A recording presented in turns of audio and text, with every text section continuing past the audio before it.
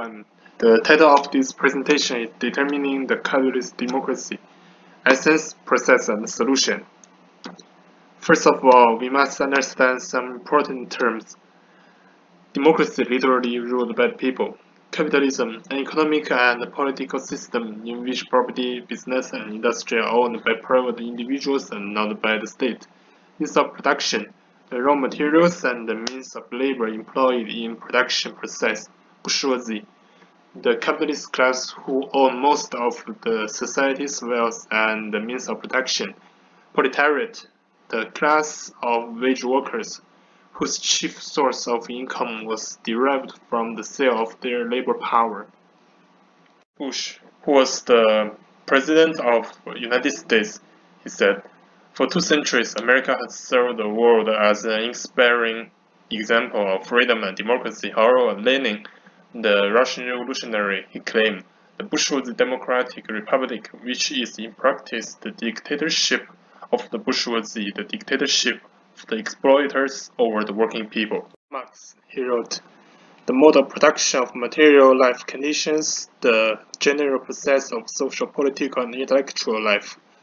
For example, in matriculations, the female are responsible for collecting food and the male are responsible for hunting.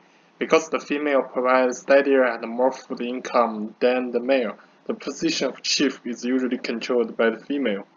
In agricultural societies, most of the means of production, the land, is controlled by landlords, the nobles. The nobles are the ruling class.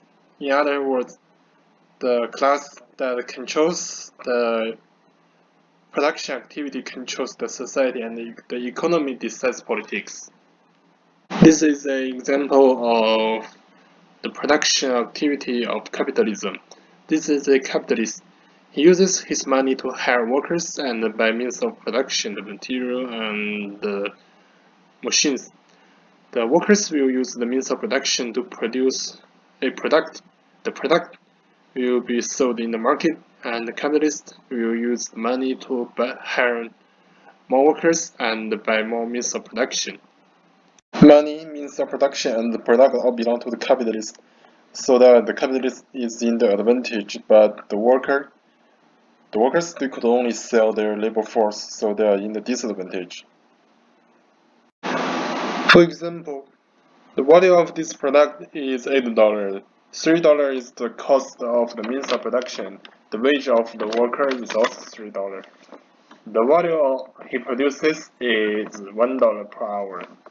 The worker works 5 hours for this product. 3 hours work is enough to pay the worker's wage, but the other 2 hours is occupied by the capitalist. The capitalist does not join the production work, but occupies the value of the worker's work.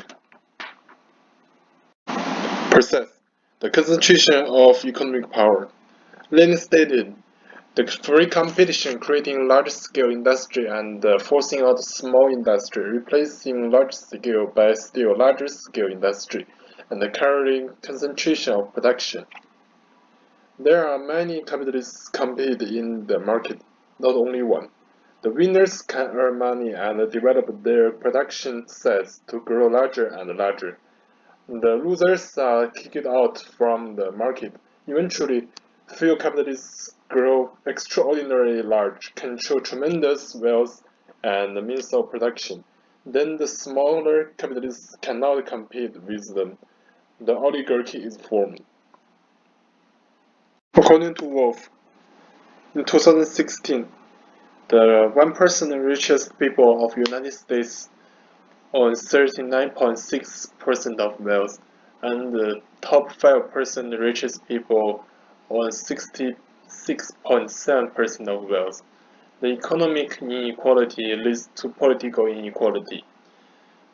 Roper stated, "The numerous unequal superiorities of few capitalists continues across generations cause the distinct influence to political power than other classes." Confessor, Cohen, and Ulrich reported, in the U.S. 2016 presidential election, just 158 families, along with the companies they own or control, contributed $176 million in the first phase of the campaign, while an additional 200 families gave more than $100,000. Together, the two groups contributed well over half the money in the presidential election, the vast majority of it supporting Republicans. Bernie Sanders said, on one hand, there is a growing movement towards oligarchy and authoritarianism, in which a small number of incredibly wealthy and powerful billionaires own and control a significant part of the economy and exert enormous influence over the political life of our country.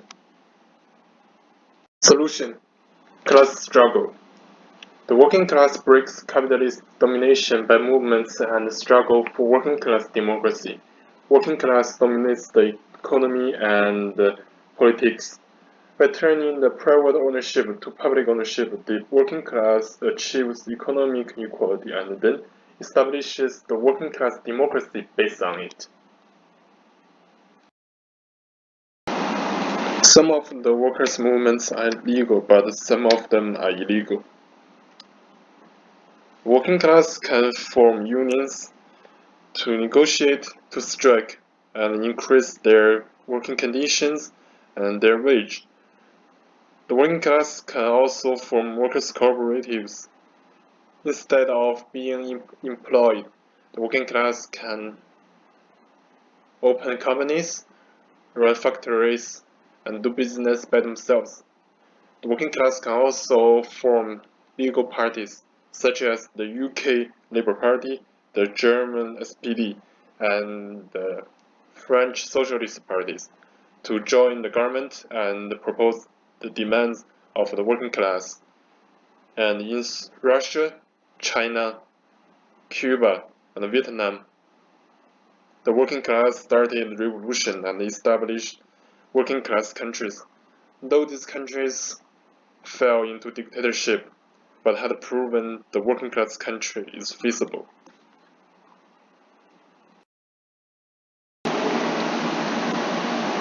Conclusion: capitalist class dominates economy and exploits the working class. The capitalist domination of economy causes capitalist domination of politics under the disguise of democracy. The working class can take over the domination of economy and politics and establish working class democracy. Thank you for watching this video.